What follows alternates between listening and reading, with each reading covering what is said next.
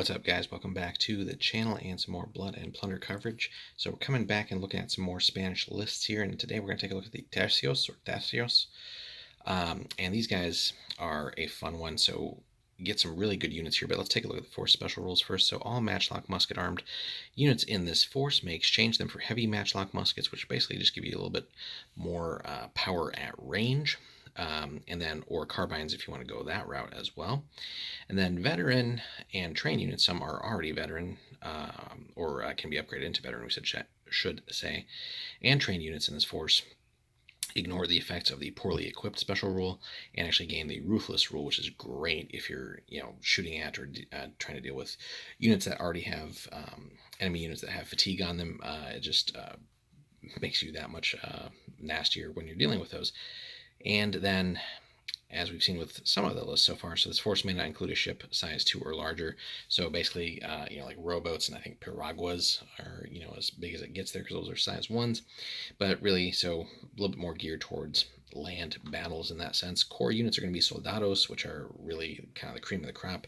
Caballera or Yeria are your cavalry, and again they do solid work as well. And then you also have access to either milicianos or hostigadores, and again those can be your scouts, and depending on how you want to upgrade in those, you have some other options there.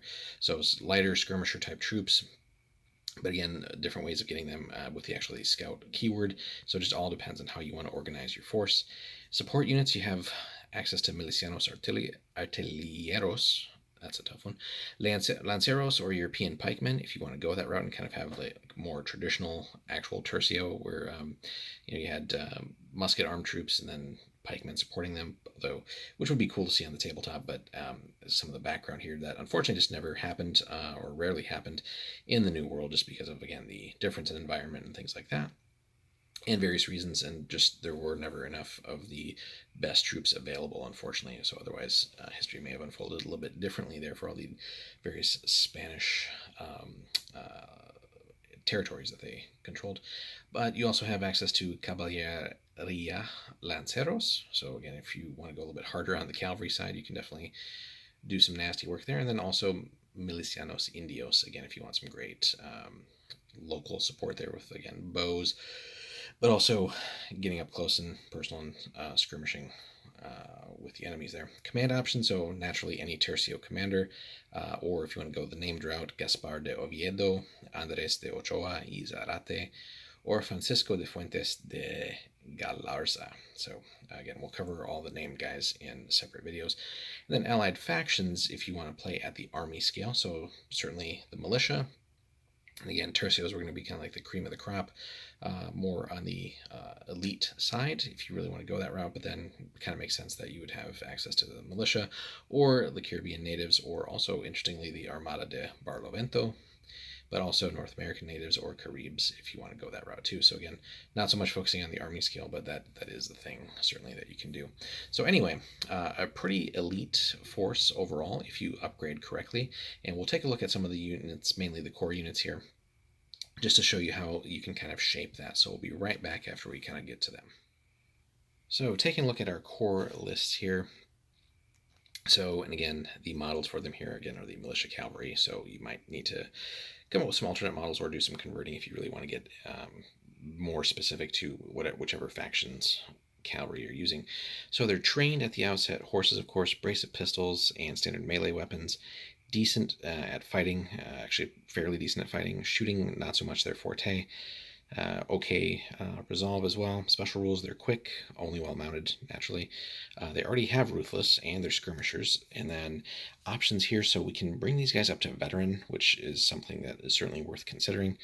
Downgrading to experience doesn't really, I mean, you certainly can, of course, if you're wanting to get more quantity across your list, or if you just really are hard up for the points. But again, remember that trained and veteran units get bonuses in this list. So you can also add firelock carbine style models for 4 points total, not per model. So the larger the unit, the more you kind of benefit from that, right? Because you're not paying per model here. So that being said, that opens up a whole new realm of ability for you there. So carbines give you a little bit of ranged ability beyond just what the pistols and melee weapons do. So kind of a jack of all trades then. But again, keep in mind, is that going to be worth it? Because they're not the greatest at shooting. So, and then finally, you can also add armor for 2 points, again, total, not per model. So again, larger units would really benefit from that because you're really getting great value out of those 2 points. So lots of different things to consider here with your Caballeria. We'll get that right at some point.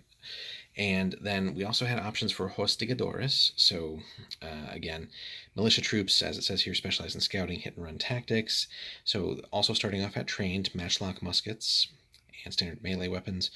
Again, pretty solid at fighting, not the greatest at shooting, although great defense there against shooting, resolve 6. Skirmishers, ruthless and poorly equipped. So remember, if we can basically get rid of the poorly equipped there with our army special rules on these guys. We'll come back to that in a moment. But again, could also upgrade into veterans, and then unit may exchange matchlock muskets for matchlock carbines, and gain the scout special rule at no cost, which really is an interesting option there. And again, having scouts lets you do all kinds of interesting things and open up all kinds of possibilities there to sort of mess with the enemy early on. And then our other core here, of course, the sort of best of the units here are the soldados. So, and as it kind of says in the fluff in the background and real history, so there just weren't enough of these guys, unfortunately, to go around. So starting off at trained but matchlock muskets and standard melee weapons, fantastic fighters and at shooting, expertly drilled and ruthless to start off with. So can't really you can't really beat that. Could also go into veterans, downgrade if you want to, but our list is benefiting from train and veterans. Why would we want to do that for this particular list? But it is an option, again, something maybe worth exploring for other lists that can feature them. And then 1 out of 8 may carry stink pots or fire pots for 2 points per model, or granados for 4 points per model. Again, possibly worth taking just depending on what you're all playing there and the scenario and so on and so forth. And then unit may add plug bayonets for 4 points. Again, another interesting option there. So that being said, taking as many of these guys, considering their core, is really a great way to go. And again, starting off with matchlock muskets. And the potential option here, again, so when we downgrade to inexperienced, we actually get a -1 point per model for heavy matchlock muskets at no cost. So is that really worth it? It does give us a little bit more ranged firepower.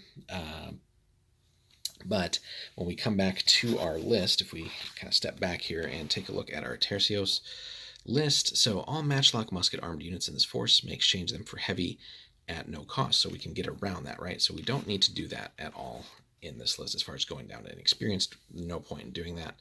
And then again, veteran and trained can ignore poorly equipped. So that's really more for our hostigadores right now. And then we gain ruthless on top of it. So the other units that we looked at, the caballeria and the soldados already had ruthless, if I'm not mistaken. Let's double check there. Yes, yes, and yes. So we're not getting that wrong. And again, ships not so much going to be the forte of this list, but really just making the most out of your soldados, caballeria, and whether you go milicianos or hostigadores, that's either up to you. But you have plenty of options, and you can really make this a hard-hitting list that can excel at ranged, depending on how you exactly build it, but also gives you some mobility in the form of your cavalry. Potentially, if you upgrade the hostigadores into scouts as well, you can already kind of be on the enemy and start messing with their plans, which gives your forces then time to get into better positions. And again, we're not so much focusing on the support units here, but you have plenty of other options there. If you really want to bring in actual pikemen, you want to bring in field artillery, or go even harder on the cavalry with the lance armed cavalry, or bring in more skirmisher type guys that can also just kind of be a real nuisance if you've mastered how to use those in the form of the milicianos indios. But again, also depends on how you want to go with the commanders. Again, that'll be a separate video. So whether you go generic or any of the named guys, that can also play around with your options. But overall, Tercios are a fun one if you're collecting Spanish. Definitely something worth exploring. But let us know in the comments, guys, if you have played Tercios or against them and what your experiences have been. Love to hear from you guys. Don't forget to smash that like and subscribe as well, guys. We got plenty more coming for you here. And then we look forward to getting you guys some battle reports as well very soon. We actually just finished painting off our basic Spanish force. So that should be hopefully coming up here in the next week or so. So be on the lookout for that. And then thanks so much again for hanging out with us, guys. Appreciate all that. And we will see you in the next one.